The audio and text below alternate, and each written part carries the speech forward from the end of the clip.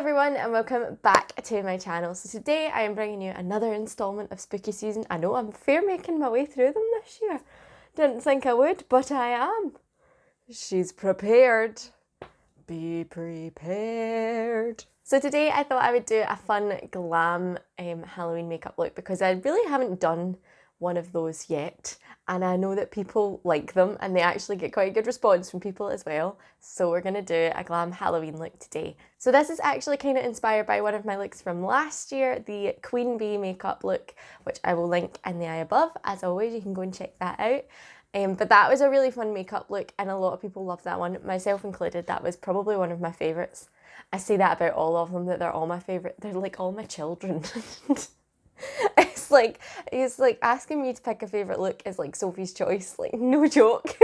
So today I'm going to be doing a glam Spider Queen of Spiders makeup look. I actually don't mind spiders. I'm not scared of them. If they're in my room, I'll get them out. If they're in someone else's room, I'll get them out. But if you do have arachnophobia, then I'm sorry. I'm not making myself into a spider. I should make that very clear. She is not drawing a spider on her face. I don't think. Not yet. As always, everything that I use today is going to be listed down below, as well as all of my social media links. Please do make sure you go and give me a like and a follow on that, especially my TikTok page if you don't follow me on TikTok.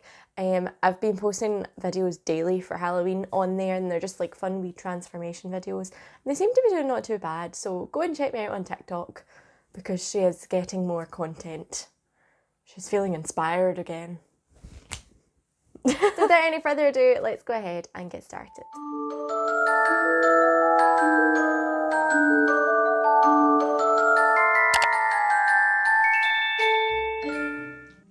Okay, so the first thing we're going to do is start by priming the face. I am using the Kryolan Shimmering Event Foundation in Pearl.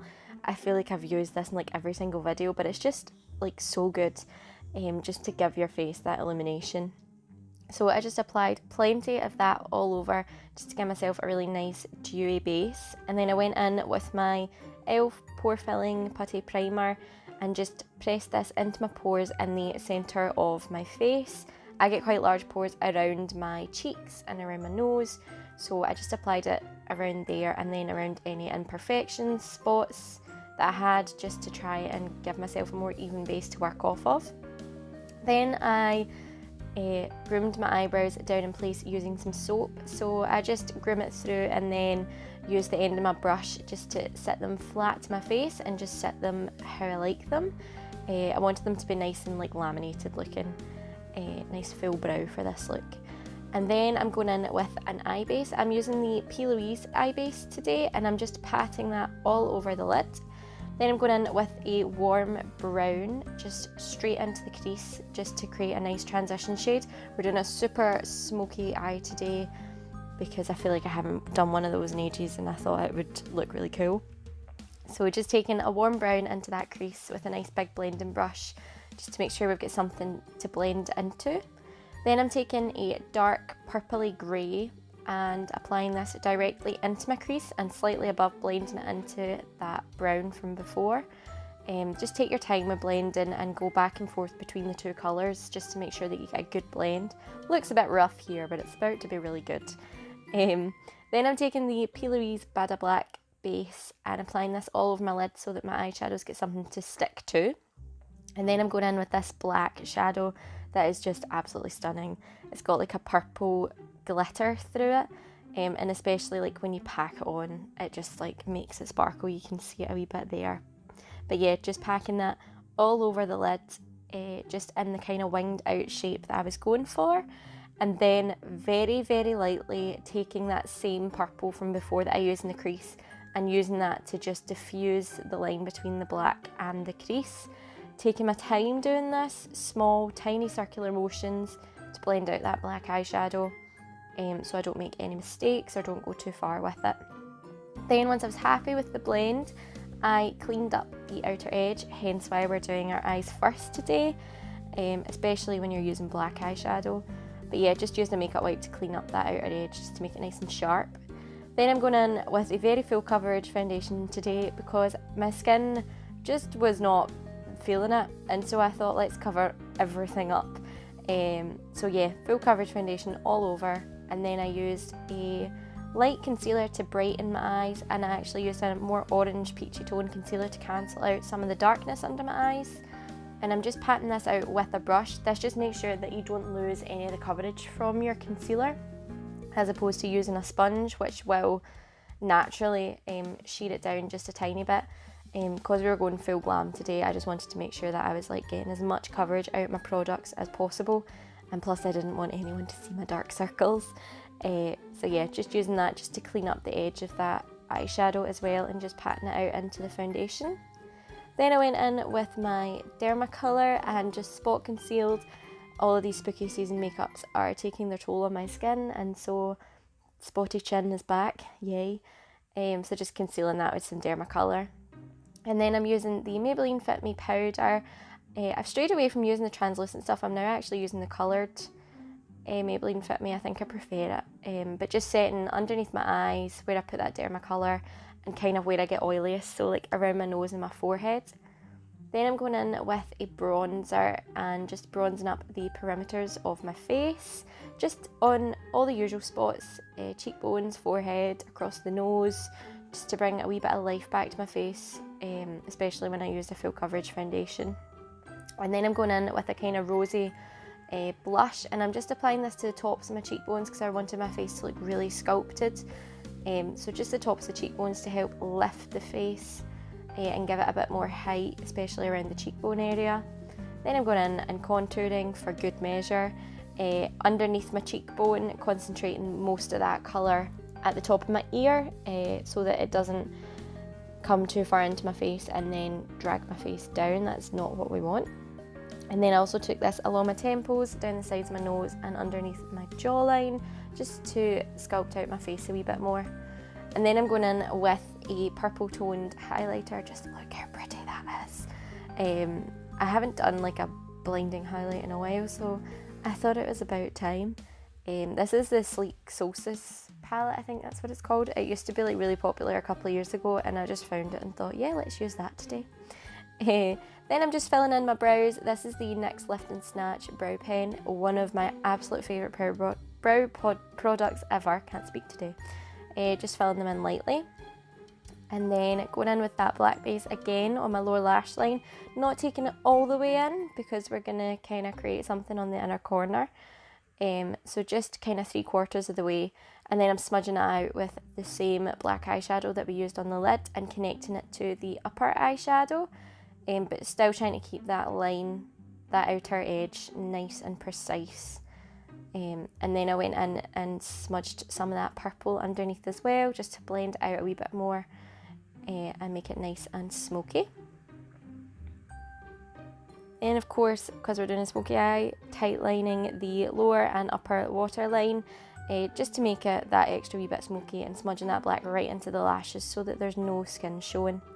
Then I'm going in with my liquid eyeliner and creating this kind of inner pointed tear duct kind of look, to create a kind of more almond shaped eye. So just taking my time with this, lightly sketching in the shape of it, and then going in and thickening the lines up. Then I took that same highlighter on my inner corner and underneath my brow bone, just to open up the eyes a wee bit and give a wee bit more dimension. And then I'm creating this kind of set of eyes on my forehead. So I used the same eyeliner, and you're kind of wanting to create the same shape of eye that you've created on your own eye. So very pointed, angular, winged out, following the same angle. So yeah, I just used my eyeliner just to sketch out the shapes. Tried to match it to the other side. They were definitely not twins, maybe sisters. Distant relatives maybe. But, you know, can't be perfect. Then I went in with that black base and just filled those areas in. Just really carefully making sure that I didn't go over any of the lines. And setting it with that same black eyeshadow with the purple in it, because it's just so pretty. You can catch it every now and then in the light with the purple glitter. It's amazing. And then to make them more dimensional, like they're actually coming off of my forehead, I'm going in with the same colours we used on my eyes. So that warm brown first, and creating a kind of shadow underneath and above the eye, just following the natural shape that I've drawn in there and just blending it out nicely. And then I'm going in with that dark purple and applying this kind of as tight to the start of that shadow as possible. So there's still an area of skin that doesn't have any product on it, but then underneath it, it goes like the purple and then the brown, just to blend it out. Then I'm going in with my foundation and cleaning up the edges of those eyes, just very, very carefully. And then it also means that it kind of cleans up the shading of it as well. Then I just applied plenty of mascara and a pair of falsies. And now I'm going in and sketching a cobweb shape underneath my eye. There's not really any rhyme or reason to this. This is going to get covered up anyway, so it doesn't have to be neat. It's just to give you a guideline. And you can kind of do it anywhere. I chose to do the cobwebs on my eyes, but you could easily do them at the side of my face, or like if you didn't do the eyes on your forehead, you could do one above your eyebrows. Completely up to you. But then I used lash glue and just traced over the line and just started applying gems. Not really in any order, which was a bit weird for me, but I just made a mixture in like a wee tub of like light purple, dark purple, silver, and then kind of the AB gems that kind of shift colours, and black, and just made a mixture of them in a wee dish and just picked them up one at a time and just placed them. So there's no order to the colours, but it just kind of makes it look a bit more, I don't know, organic, maybe, I don't know. Then I just went in with a white liner and just created some wee highlights on my eyes, just dotted it and then kind of tapped out with my finger just to make it not as intense. And then we're going in for the lips. We're using a black lipstick because what is spooky season without a black lipstick? And I took this on a very small lip brush. This is a Real Techniques brush. And just very, very carefully outlined and filled in my lips using this black liquid lipstick. The key with black is just take your time, because if you mess up then it's kind of game over. So just very carefully. I must have spent about 5 minutes doing this, no word of a lie. But yeah, then I just applied a glitter glue to the centre of my lips and patted this kind of iridescent glitter over the top because I simply didn't think I was extra enough. And then I applied a gloss over top of that, again just to add to the diva-ness of it all. But yeah, plenty of gloss, plenty of glitter. And then all you need to do is throw on a crown and that is you ready.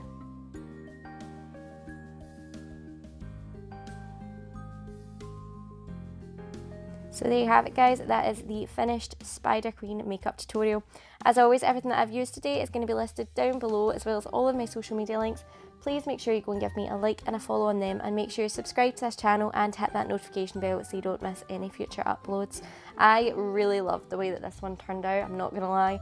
I did not want to take it off, and I feel like if I was going out for Halloween, then maybe this would be my costume this year.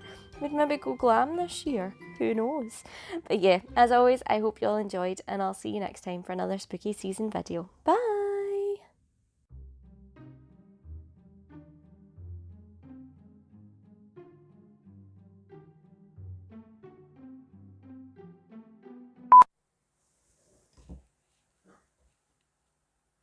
That's very rude, Lochingbert. That is very rude. Let's just have a wee sip of coffee because it's very early morning. Lovely. What is that all about? You're going to sit here and be a good boy? Yes. Yes. Good boy. I never thought hyenas essential. They're crude and unspeakably plain. Spider Queen does whatever a Spider Queen does. Can she swing from a web? No, she can't. She's a queen. Look out. She's a Spider Queen. I'll accept my Grammy Award in the post because I can't make it out to America just now, so. Jeez, Gromit. Get rid of some of that blueness from not sleeping.